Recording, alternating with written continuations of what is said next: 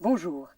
Plonger dans les méandres des programmes scolaires et plonger la tête sous l'eau, mais à plusieurs mètres de profondeur, voici les deux thèmes de réflexion que nous vous proposons pour cette fin d'après-midi. La plongée dans l'eau, c'est pour la fin. L'école à la maison, c'est notre premier sujet. Mais oui, j'ai bien dit, l'école à la maison. On n'est pas tenu, en effet, d'envoyer ses enfants à l'école, à condition qu'ils reçoivent un enseignement équivalent ailleurs. Par des contrôles réguliers, les autorités scolaires s'assurent que cette obligation est bien remplie. D'un canton à l'autre, la loi sur la scolarité obligatoire est un peu différente. Mais partout, les parents peuvent, s'ils le veulent, se charger de l'éducation de leurs enfants.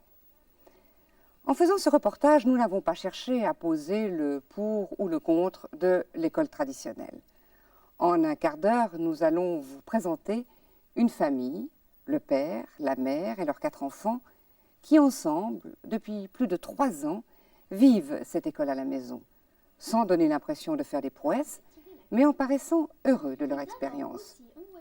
Loin de nous l'idée de vous présenter cette école à la maison comme un exemple à suivre, mais c'est plutôt un thème de réflexion.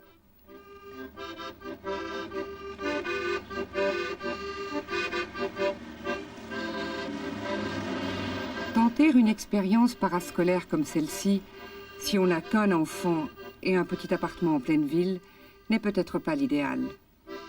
Mais si en revanche, comme vous allez le voir, on est une grande famille qui évolue tout autrement, au milieu du monde et de la nature, alors on peut espérer le succès de cette manière de vivre, d'enseigner et d'apprendre.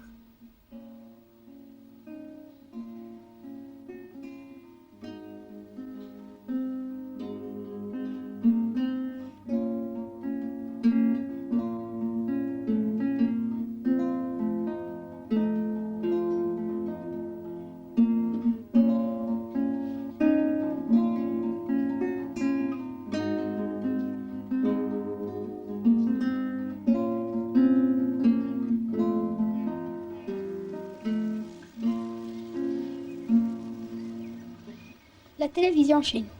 Ils vont filmer où? Dans notre chambre, diverses activités, l'école, le judo, le thé. Suspense à la maison. On attend la télévision.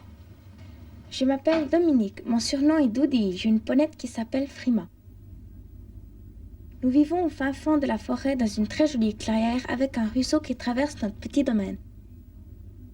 Je fais du judo et tous les lundis et les mercredis, je descends au village en fer avec Frima.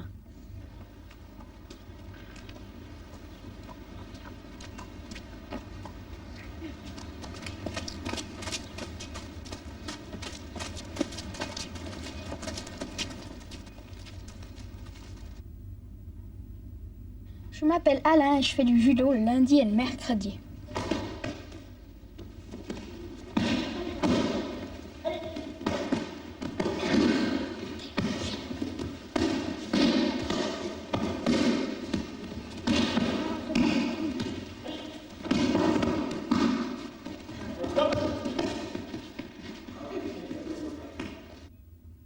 Je m'appelle Olivier et je fais aussi du judo le mercredi et le lundi à je ne sais pas trop quelle heure.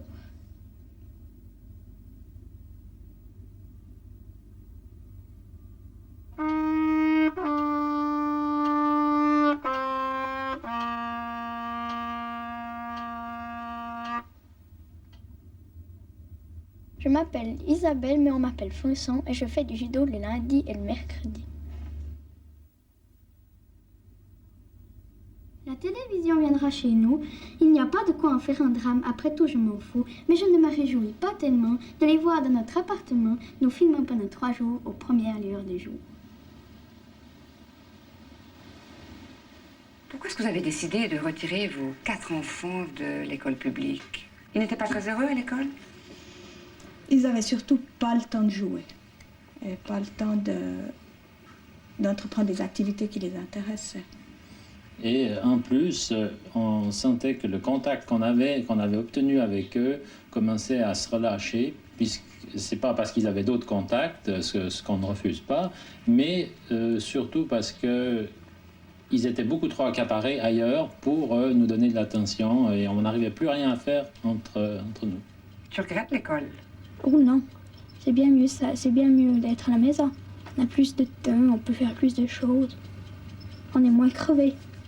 Parce que t'as fait combien d'années d'école traditionnelle? Ben, 1 année de fantine, puis 1 et demie de primaire. Dresser, durer, du vin. Disputer, distance, distraire. Scène, cieux, sec. La décision a été prise avec les enfants. Donc, ils ont eu le droit de donner leur avis. Ils ont choisi avec nous. Bon, ils ne savaient peut-être pas tellement ce qu'ils choisissaient, mais ils ont aussi choisi. Après, dans la deuxième temps, il a fallu écrire à la commission scolaire et au département. Et au moment où les lettres sont parties, les enfants sont restés à la maison.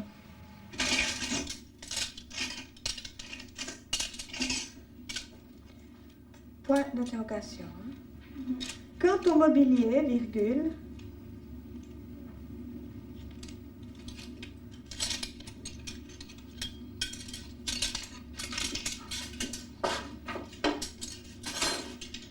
il est de plus en plus sommaire. 2 points. Et vous étiez prêt, vous, alors, de donner cet enseignement qui n'aurait plus à l'école? Non. Oui et non, parce qu'en fait, on avait l'habitude de faire les leçons, des heures de leçons.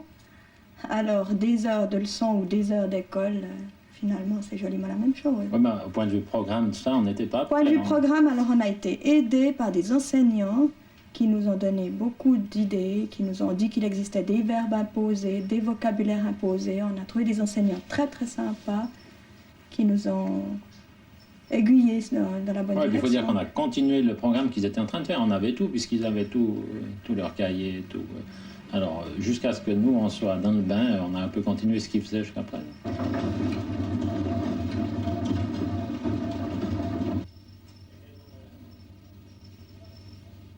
Quatre enfants, de toute façon, ça nécessite une grande disponibilité. Et puis, les leçons nécessitent aussi de travailler régulièrement. Donc, moi, j'aime mieux travailler le matin, quand les enfants sont tout frais, que le soir, quand ils sont absolument épuisés par une journée d'école et puis qu'il faut lutter constamment pour leur faire apprendre.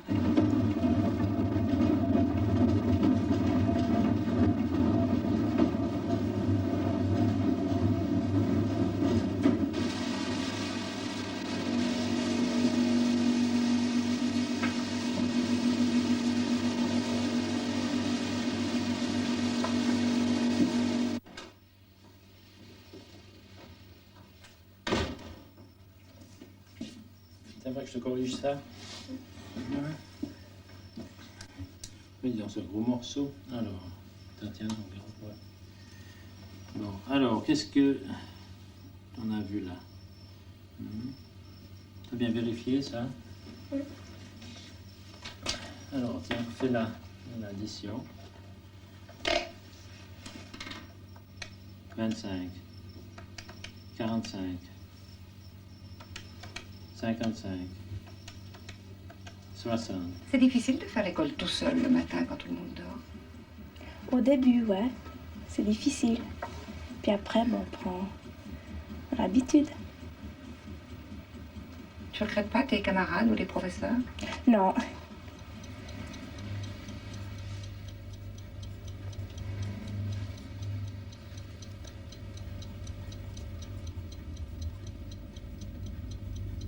Comment tu fais l'école? Raconte-moi. D'abord, je fais mon vocabulaire. Après, je fais des verbes, des mathématiques et puis des livrets.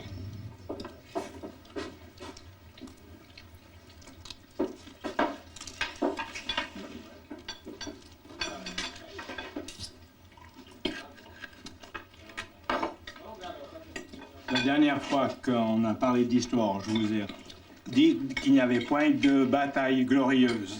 Et Marignan, encore moins que les autres, parce qu'en plus des gars qui se battaient entre eux, il y avait encore des tas de chefs qui n'étaient pas ensemble et qui n'étaient pas décidés à se battre à Marignan. Et la bataille, au lieu d'être une bataille rangée avec des gars extraordinaires, a été plutôt un écrasement, ça a été plutôt une moisson, exactement comme la faucheuse passe autour du champ de blé. C'était ça, le premier, le deuxième jour et le troisième. L'histoire, c'est M. Quentin qui nous l'a fait.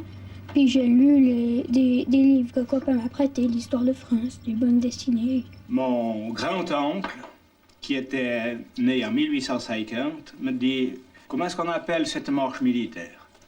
Puis j'ai dit « Ben, ça s'appelle Marignan. » Puis il m'a dit « Ben, Marignan, c'est pas ça. C'est pas de la belle musique, Marignan. C'est du sang et des larmes. » Et puis il m'a raconté l'histoire de Marignan comme je viens de vous la raconter. C'est de cette façon que j'ai appris Marignan. C'est pas à l'école. Puis l'anglais, l'allemand, vous en faites? On fait de l'anglais. Ouais, on y va jeudi, mais la maîtresse d'anglais a couché, alors. It's a train. Train. Mhm. C'est un train. Mhm. Alain, la deuxième.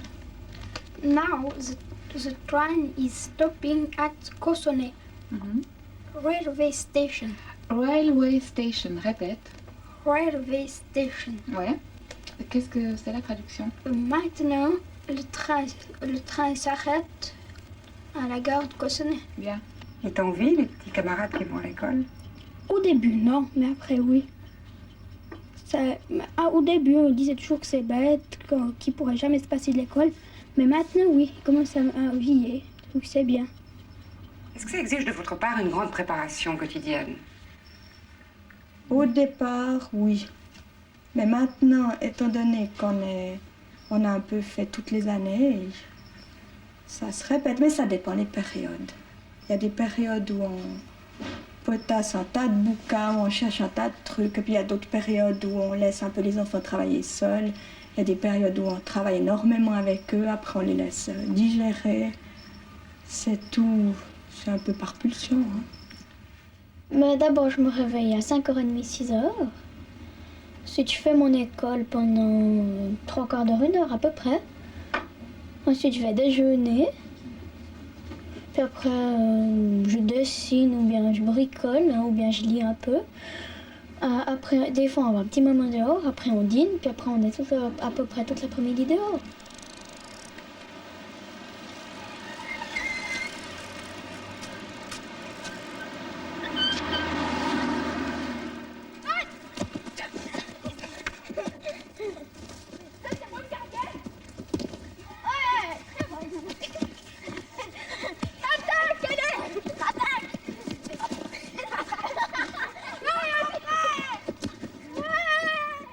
En travaillant 3/4 d'heure par jour, tu as l'impression que tu travailles assez comparé à tes camarades à l'école? Oui, je travaille assez, oui. Puis on fait encore la dictée, ce qui fait à peu près 20 minutes, des fois. Ou une demi-heure. Parce qu'il y a une surveillance très stricte de tes parents? À l'école? Non, parce qu'ils ont confiance en nous. En général, on travaille. Donc, il a fallu qu'ils apprennent à travailler sans notes, Voilà. sans punition, sans rien du tout. Ils ont dû tout apprendre à travailler parce que...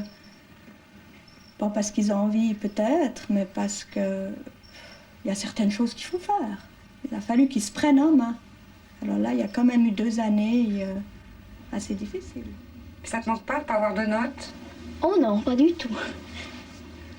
De pas savoir si t'es meilleur que tes frères et sœurs? Oh non, ça me fait rien du tout, alors absolument rien. De toute façon, il n'y a pas de meilleur. On est différents. Je fais une conférence sur les éléphants, parce que c'est mon animal préféré. L'éléphant est un pachyderme et fait partie de la famille des mammifères. L'éléphant d'Afrique a d'immenses oreilles plus grandes que sa tête, tandis que celui d'Asie en a de beaucoup plus petites. L'éléphant d'Asie a été domestiqué et on l'utilise encore comme travailleur de force dans certaines forêts. Il transporte les troncs d'arbres abattus par les bûcherons. Et c'est avec une patience infinie que les femelles se chargent elles-mêmes d'apprendre le métier à leurs petits. Est-ce qu'ils sont soumis à un contrôle régulier des autorités scolaires? En tout cas, autant que les autres, c'est-à-dire au point de vue toutes les années, apparemment, non, pas toutes les années, Non, c'est que quand tu tombes dans une année à examen, ben, ils passent aux examens avec les autres. Sans problème? Sans problème. Parce qu'ils ont exactement acquis les connaissances nécessaires. Parce qu'ils ne sont pas du tout complexés face à l'examen. On en a en tout cas 2 qui ne savent pas du tout ce que c'est qu'un examen. Alors quand ils partent aux examens, ils sont beaucoup plus intéressés par ce qu'ils vont prendre pour jouer à la récréation que par l'examen lui-même. Ce qui fait qu'ils sont très relax. Moi j'ai 4 E, 2 A et 1 T. Allez, arrête pas. Voilà. Non. Il n'y a rien à faire à taper. Non, c'est quelqu'un qui peut faire. Tu as quelque chose, Abel? Non, j'ai 4 E, 2 A et 1 T. Tu as 2 alors. La télévision est venue. La télévision est venue. Ils nous ont filmés de la tête aux pieds, partout dans les coins, même dans les recoins. C'est tout. C'est fini. Alors qu'un hebdomadaire roman consacre depuis cette semaine une série d'articles sur l'école en question, on peut regretter bien sûr la brièveté de ce reportage. Mais je pense que c'est un sujet sur lequel la télévision reviendra certainement ces prochains mois. Tant cette expérience scolaire à domicile, faite par d'autres d'ailleurs dans notre pays, est intéressante sur bien des plans.